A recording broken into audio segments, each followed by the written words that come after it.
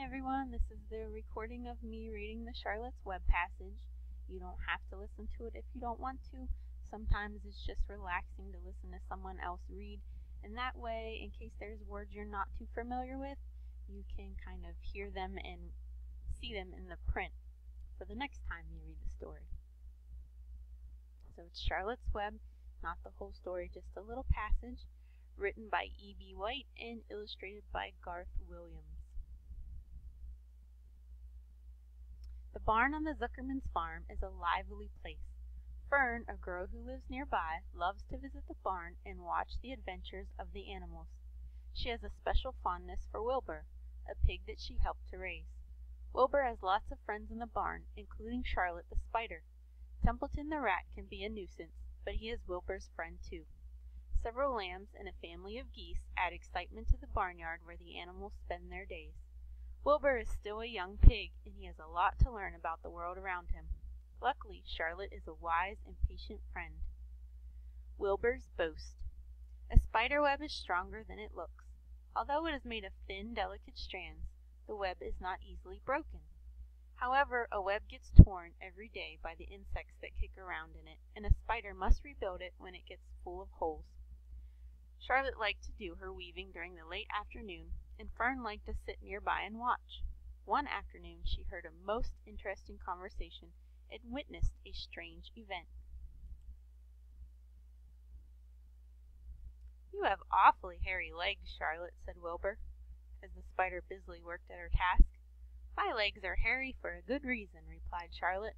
"Furthermore, each leg of mine has 7 sections, the coxa, the trochanter, the femur, the patella, the tibia, the metatarsus, and the tarsus."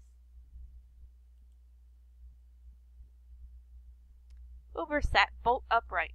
"You're kidding," he said. "No, I'm not either. Say those names again. I didn't catch 'em the first time." "Coxa, trochanter, femur, patella, tibia, metatarsus, and tarsus." "Goodness," said Wilbur, looking down at his own chubby legs. "I don't think my legs have 7 sections." "Well," said Charlotte, "you and I lead different lives. You don't have to spin a web. That takes real leg work." "I could spin a web if I tried," said Wilbur, boasting. "I've just never tried." "Let's see you do it," said Charlotte. Fern chuckled softly, and her eyes grew wide with love for the pig. "Okay," replied Wilbur. "You coach me and I'll spin one. It must be a lot of fun to spin a web. How do I start?" "Take a deep breath," said Charlotte, smiling. Wilbur breathed deeply. "Now climb to the highest place you can get to, like this." Charlotte raced up to the top of the doorway. Wilbur scrambled to the top of the manure pile. "Very good," said Charlotte. "Now make an attachment with your spinnerets. Throw yourself into space and let out a drag line as you go down." Wilbur hesitated a moment, then jumped out into the air. He glanced hastily behind to see if a piece of rope was following him to check his fall, but nothing seemed to be happening in his rear, and the next thing he knew he landed with a thump. "Umph!" he grunted.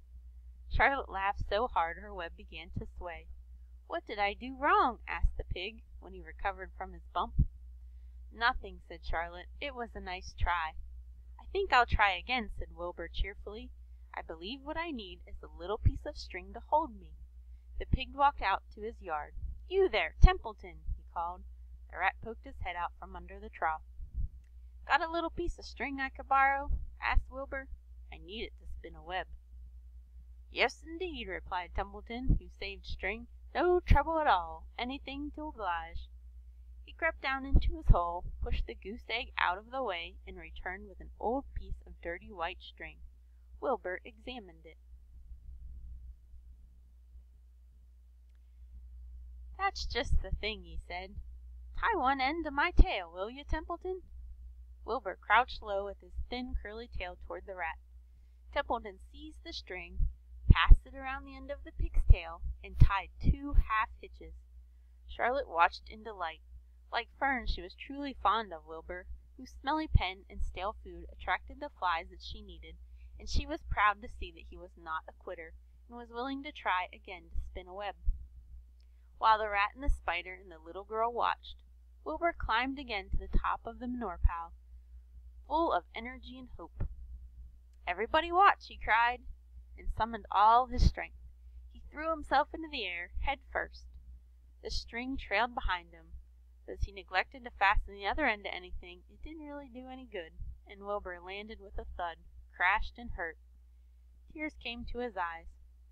Templeton grinned. Charlotte just sat quietly. After a bit she spoke.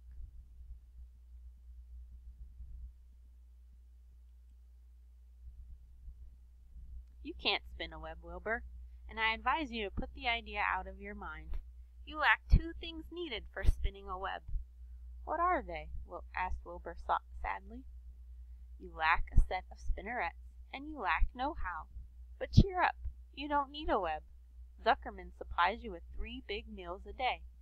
Why should you worry about trapping food?" Wilbur sighed. "You're ever so much cleverer and brighter than I am, Charlotte. I guess I was just trying to show off. Serves me right."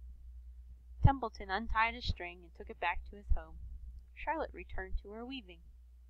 "You needn't feel too badly, Wilbur," she said. "Not many creatures can spin webs. Even men aren't as good at it as spiders, although they think they're pretty good, and they'll try anything.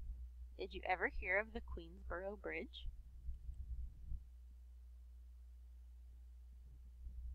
Wilbur shook his head. "Is it a web?" "Sort of," replied Charlotte. "But do you know how long it took men to build it? 8 whole years. My goodness, I would have starved to death waiting that long. I can make a web in a single evening." "What do people catch in the Queensboro Bridge? Bugs?" asked Wilbur. "No," said Charlotte. "They don't catch anything. They just keep trotting back and forth across the bridge, thinking there is something better on the other side. If they'd hang head down at the top of the thing and wait quietly, maybe something good would come along. But no, with men it's rush, rush, rush, every minute. I'm glad I'm a sedentary spider." "What does sedentary mean?" asked Wilbur. "Means I sit still a good part of the time and don't go wandering all over creation. I know a good thing when I see it, and my web is a good thing.